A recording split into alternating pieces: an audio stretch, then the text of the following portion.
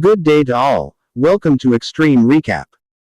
A group of students is summoned to testify about their excellent grades whenever a cheating scandal is discovered by the association that administers the stick tests. Lynn, who has won numerous math competitions and is the best student in her class, is the first one. After the divorce, her mother left a few years ago, leaving just her and her father, who works as a teacher for a meager salary. Her story starts when her father attempts to select her in an esteemed school, in spite of the fact that she would rather not concentrate on there in light of the fact that the enlistment charge and different costs will set them back truckload of cash. Furthermore, she would rather not create problems for her father like that. Lynn demonstrates that she can mentally calculate all of the costs. Additionally, the principal is so impressed with Lynn that she offers her a scholarship, which Lynn gladly accepts. Later, while Lynn is taking photos for her identification, she meets Grace, a wealthy, friendly girl who doesn't mind Lynn being an awkward nerd and is more interested in acting than studying. They get along well right away and become good friends. Grace's grades had been passing until the school announced a new policy one day. Grace asks Lynn if the typical score is around 3.2 because she wants to avoid failing school and disappointing her parents, who accepts after a period of hesitation on the exam day. Grace is still completely lost, despite Lynn's efforts to be encouraging by pointing out that these are the exercises they performed. Lynn passes the exam without a hitch, answering every question with ease, but she can't stop worrying about Grace. Assuming that elegance fizzles, Lynn will lose the organization of the very first companion she had. She makes the choice to assist her at that point. She then takes off her shoe, drops the eraser in it, and then writes the correct answers on an eraser. After that, she kicks the shoe back at Grace, who returns it with her own pair. She kicks it too hard, and it ends up in the middle of the classroom, which is unfortunate. Grace uses the eraser and successfully passes the test with a 3.87, but thankfully Lynn quickly solves the issue by standing up and stepping on the shoe as she goes to hand in her completed test. Grace invites Lynn to spend the day at her pool to celebrate, and Grace's rich boyfriend Pat joins them. During the test and Pat season, Grace tells him about their small trick. He offers him a huge sum of money to help him and his friends cheat on all of their exams at first, calling attention to she doesn't require it. Pat, however, reveals that her father still has to pay administrative costs despite receiving a scholarship. Lynn checks her father's desk when she returns home and discovers the paperwork confirming Pat's information. With his low salary as a teacher, her father is spending a lot of money, which causes Lynn to weep later on while she is practicing her piano skills. She inquires as to why her father sent her to the opulent school. According to her father, he wishes for her to have more opportunities and possibly even study abroad. After Dad goes to bed, Lynn doesn't listen to her when she says she was happier at her previous school. Instead, Lynn keeps practicing on the piano and finds that her fingers are great for signaling when they play the next day. Lynn accepts the job and teaches the group how they will get their answers. She assigns each letter to a hand pattern because the test is multiple choice, and the students simply need to remember which one is which. They can also pretend to be taking piano lessons by doing this, keeping the cash lawful and giving them a justification for the examination. The group then began cheating on each and every exam later. What's more, the stunt is a triumph. Lynn taps the desk with her hand. The other people only need to watch. Everyone gets great grades on their exams because teachers don't think anything is wrong. The company grows quickly and every day, students are willing to pay for the answers in increasing numbers. Lynn spends this money helping around the house and purchasing a nice new shirt for her father. Even though everyone now has passing grades, Lynn is still the best student in her class. The second best option is a bank with a genuine genius like her who is ignorant of the cheating industry. He has little money, just like Lynn. He is enrolled in this school as a result of a scholarship, and his mother is responsible for covering his administration costs on the dime. By the way, his outstanding memory is demonstrated. He can quickly say hi, but he won't lie or cheat. Despite not really being close friends, the school sends Lynn and Bank to math competitions together, where they easily win. After winning first place, they therefore consider one another to be good friends. And teen genius, the principal calls them and tells them that they can apply for a scholarship abroad. They'll be rivals from now on because there is only one slot. Bank is extremely nervous. He still prefers to assist her rather than study when he returns home and discovers that his elderly mother is washing by hand because the machine broke. At some point, Bank is drawn closer by schoolmate Tung, who needs to take care of for his assistance during the test in light of the fact that the piano code is excessively hard for him. Be that as it may, Bank turns him down. Not needing grimy cash during the test, Lin keeps on utilizing her hand signals not surprisingly, however since Tom didn't retain them. He keeps peeking at Lin's paper because he thinks Tom will try to cheat. Bank is watching out for him and notification his peeping when he completes his own test. Bank gets up and walks around Lin's desk pretending to fall, showing her a note, saying Tom is attempting to swindle. Furthermore, Lin professes to be appreciative about it. The bank then submits his test and discusses Tom with the instructor. But before you leave, the instructor couldn't care less about the advance notice on the grounds that the test is isolated into set A and set B. So cheating is inconceivable. When Lin and her paying companions understand this, they alarm and easily use hand signals to show who is. Lin has said A, and her first action is to perform the set's hand gestures. Lin trades her paper with Tom, who is set to B, so that everyone on that team can hand in their test while the group is surrounding the teacher. Then she hustles to complete every one of the activities and motions. The solutions to the B bunch, there's no time to spare and the instructor comes to gather the papers when they overlook him. Fortunately, they were able to complete the answers before he reached their desks. Everyone believes they are safe after the test is over. However, Lin and Tung are abruptly summoned to the principal's office due to the fact that the bank has informed her of Tom. They tried to deny any cheating, but the principal finds that Lims and Tongs are mixed up when they check the papers. A special meeting with Lin's father has been scheduled in. Since this is only the first time, the principal makes the announcement. Lin won't be expelled because she is an excellent student.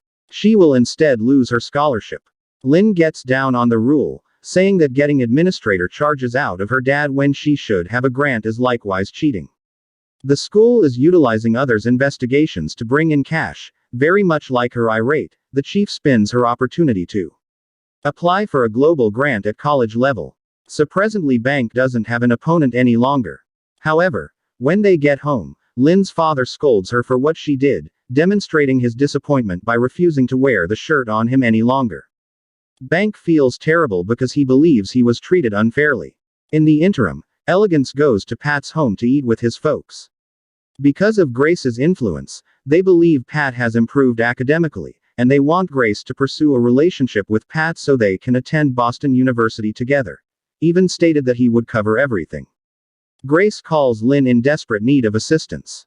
Lin is initially reluctant to put her reputation at risk, but this time Grace makes use of their friendship and makes promises. Lin acknowledges. However, she reads all of the test rules as she leaves the building. She realizes that she can't get around the system. She begins her note by apologizing. But at that very moment, she hears a man talking to someone in a different country. She also notices that the clocks on the wall all represent different time zones. She gets the perfect idea from this. Lin reveals her strategy to Grace and Pat the following day. They will take advantage of it. She will take the test 4 hours earlier in Australia because the exam is the same everywhere else. She can then sell the answers to anyone who wants to take the test and return them to Thailand. Now, Grace and Pat will have to find more customers who will pay for everything through this method.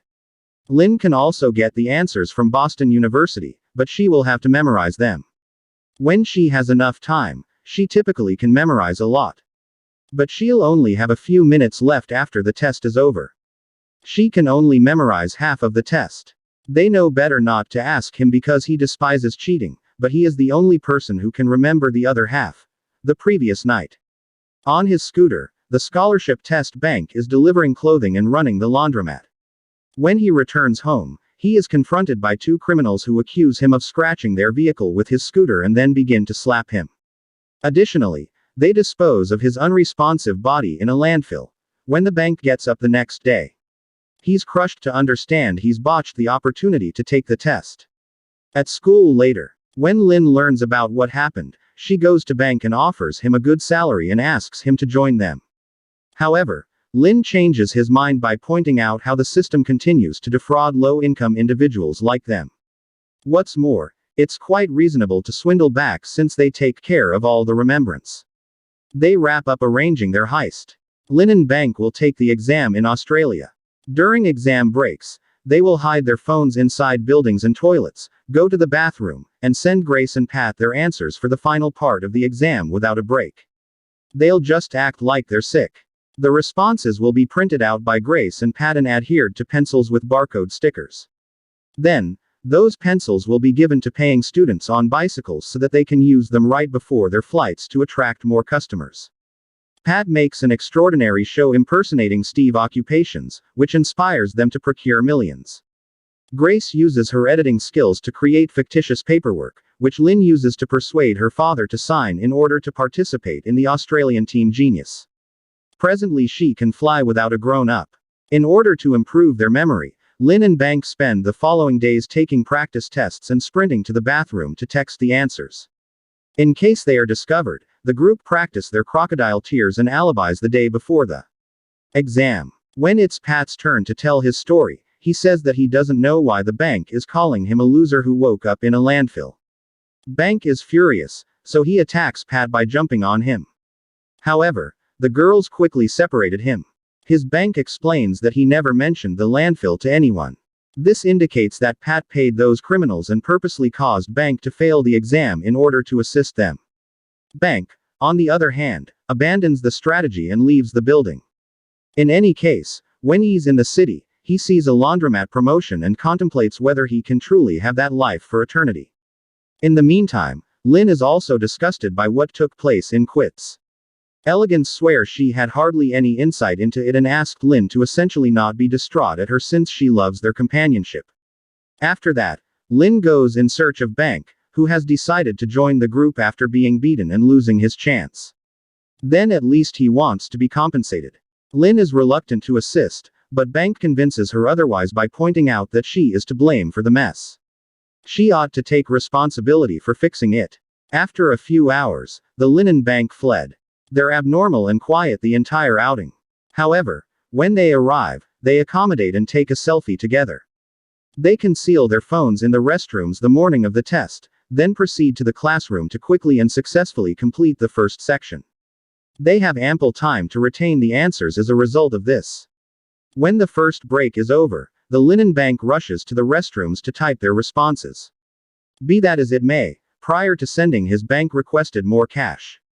Pat initially refuses because of his hatred for him. Pat, however, sends him half the money and promises to pay the other half after the test because Bank points out that he wants to be compensated for being beaten. Bank takes it and sends his responses at last. A couple of moments later, Lin and Bank got back to the homeroom and work on the final part of the test rapidly too. However, they begin to get into trouble during the second break. Bank moves quickly to a stall, but it takes him a while to recall all of the responses.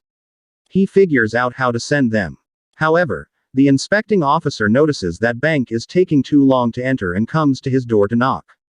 Bank panics and breaks the toilet lid by accident. He additionally attempts to wash the telephone away forever and fizzles, so he gets found out. Lin, on the other hand, must stand in line before entering her stall. She sends all of the responses. But it's also possible that she took too long. She is fortunate that she thinks to put her phone in her shoes so she can safely leave the bathroom. She does, however, discover that all of the students are being searched and that Bank is being reprimanded outside. Before returning to the classroom, she therefore places the phone in the water cooler. Tragically, Bank doesn't return, and Lin needs to do the last part alone. For a second. She believes that she cannot remember this much. However, she notices that if she memorizes it like a music sheet, her hand begins to move unconsciously. The stunt works. However, she uses a pencil to make herself vomit while pretending to be sick because she doesn't have much time left. Lin picks up the phone after leaving the classroom. Also, escapes the structure while staying away from the officials. In any case, her peculiar developments are seen on the surveillance camera, and the officials start to pursue her. While Lin typed the responses as she ran down the subway station, someone ran into her and stepped on her phone. The screen is broken, and Lin figures she can't get done with her task. Be that as it may, after bunches of squeezing, she figures out how to send every one of the responses. This postpone makes her miss the train, and the official gets her, requesting that she accompany him for a dressing on out. While Pat and Grace are printing the responses, Lin places the phone in a bag belonging to a random individual. Dad shows up. Lin. He's stressed on the grounds that Lin won't pick up the telephone. What's more, he found this location on the administrative work he marked. He is curious about the situation. So Pat and Elegance make up a tale about Lin and Bank being a couple. It is said that they went on a trip together and she went to her father because she was afraid he wouldn't approve. Happy with this answer. Additionally, they are able to complete the stickers in time to deliver all of the pencils to the students. Rewind to Lin. She's called to cross-examination and finds Bank giving a story. Because he's lying to cover everyone up, he puts up a sign telling her not to get involved. Lin therefore deletes the picture she took of them together while crying. Grace and Pat are waiting for Lin to come home so they can invite her to a party to celebrate their success. However, Lin declines them. She is devastated that her scores were cancelled and her bank was suspended. As a result, despite the fact that university exams are not multiple choice, she refuses to assist the couple any longer. She then calls her father to come get her. Also, when he gets some information about her sweetheart, Lin goes through a breakdown and tells him everything. She is kicked out of school for doing this. Lin is pleased that Grace has joined the party and leaves the group chat later, ignoring her. Now that she has lost a friend, the victory no longer feels so good. The officer reminds Lin when she applies to a local university to study education that a teacher must also instill moral values, which makes Lin even more remorseful. Lynette received a surprise text message from the bank after the interview, inviting her to his house. She sees he's been utilizing the cash to incredibly work on the hardware of a laundromat bank, makes sense of he needs to get more cash flow assisting different understudies with their tests. Additionally, with a broader clientele, it will be safer this time. When Lin says no, she is threatened by Bank to reveal the entire affair. However, Lin informs him that she has already chosen. Lin visits the stick organization sometime later. What's more, in view of her dad's consolation, she admits the turn on notifications. Please subscribe for more videos like this, and like the channel to support it. Thank you very much for watching.